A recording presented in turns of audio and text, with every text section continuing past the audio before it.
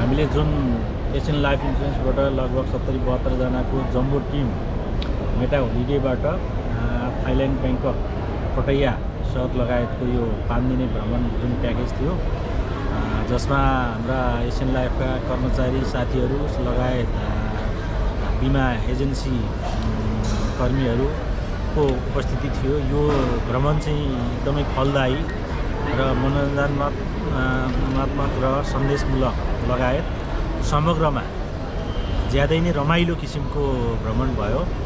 यो भ्रमणले हामीलाई केही नयाँ थप ज्ञान सिपहरू पनि सिकाएको छ।